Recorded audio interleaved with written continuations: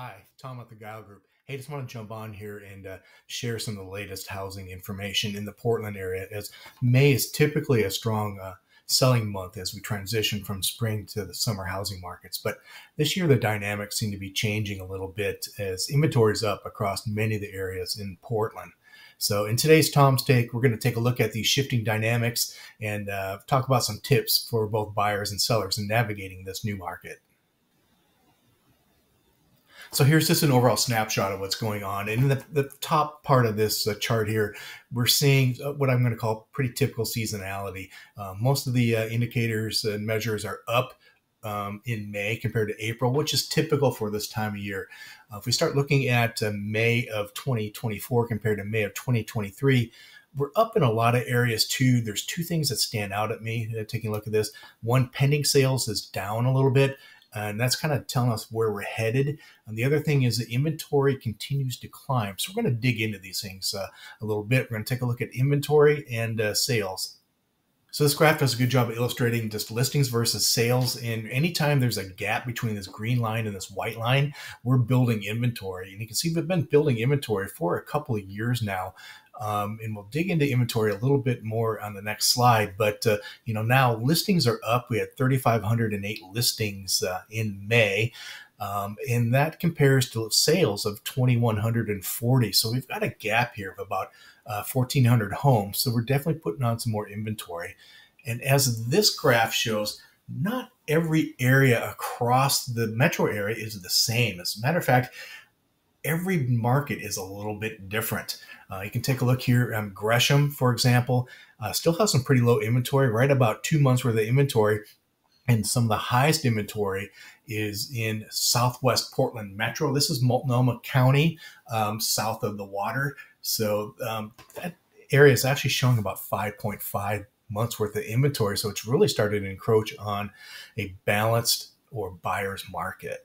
And the other thing I want to point out, though, is that price does not seem to have an impact on inventory. And again, for example, if we look at what in that last slide, Gresham had the lowest inventory around. It does not have the lowest price.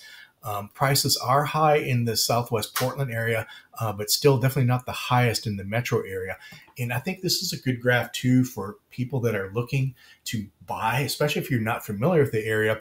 Know that if you want to be in about a $500,000 price range or below, you're really going to need to be looking at areas like North Portland, Northeast Portland, these areas over here on the left side of the graph. If your budget is a little bit more, you can be looking at areas that are on this side over here. Obviously, West Linn, Lake Oswego has the highest prices across the metro area. There's also some pretty decent affordability in Beaverton on the west side, Hillsborough on the west side if you get out into Yamhill County. So overall, prices have been pretty stable and slightly increasing over the last couple of years. You can see we're up about 1.6% from April. We're also up about 1.6% from last year. So we're still not seeing any type of change in price or any drop in price. So here's my take on just on the current market and what's going on. I think area has a big impact on inventory, and there's a number of factors that go into that. There may be some factors such as higher taxes in the Southwest Portland metro area in Multnomah County that are making that area a little bit less desirable to some people than it is for others. And there are other areas that are doing well, either with some more affordable housing like we're seeing out in Gresham, or maybe something access to jobs, things like that in Hillsborough and Beaverton. So a number of factors that are leading into both prices and inventory. But price is not a direct correlation to the amount of inventory we have. If you're looking to sell, it's going to be important to understand what's going on in your market. Especially if you're in a market that has a little bit higher inventory than others. You need to set those expectations right. You need to know that also it may take a little bit longer to sell your house than maybe in other parts of town.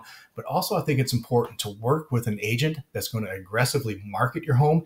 And I don't mean aggressively marketing by lowering the price. I mean aggressively marketing by really getting the word out and giving your home a lot of exposure. If you're looking to buy, you may want to evaluate some different parts of town, because different parts of town are going to have either changes in prices, different price points, or they're going to have different levels of inventory, which is going to, some areas may be more of a buyer's market than others. So do your homework on that, understand what's going on in the areas that you're interested in, and maybe you want to shift a little bit because maybe you can get a little bit better deals in one area versus another. So if you have questions about the buying or selling process or your home, we'd love to hear from you.